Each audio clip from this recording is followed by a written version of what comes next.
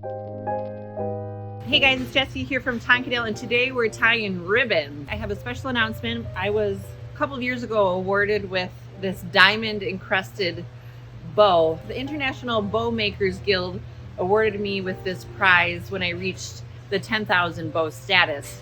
So I'm very, very proud to adorn this pin during the holiday season. It means a lot to me. One thing you're going to want to pick up at Tonkadale before you get started on your bow making journey are the taped floral wires. These are really important for securing your bow around the middle and making sure it's nice and perky. You can also use this wire to attach your bow to your surface. So get your pinchers ready because it's important to hold your ribbon nice and tight. I like to start with a short end here and pinch.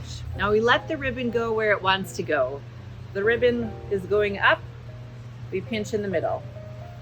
Bring the ribbon back to the middle and pinch. We're gonna do 6 loops and 1 belly button. So I have 2 loops, now I'm ready for my belly button. My belly button is just a smaller loop in the middle, and then I'll continue on. Ribbon is facing this way, so we'll bring it back to the middle. Here we go, let's bring it back to the middle. And up and down, back to the middle.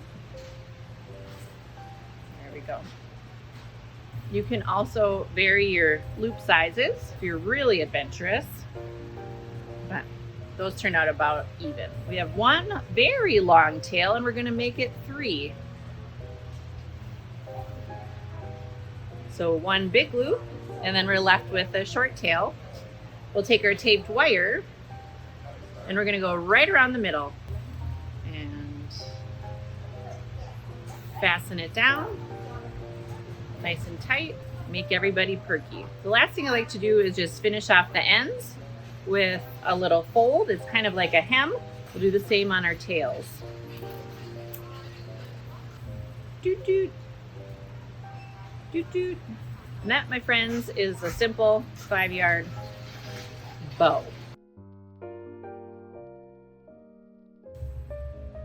If you're not up for making a bow, we have hundreds of bows all ready to go. Thanks for watching, and we'll see you at Tonkadale.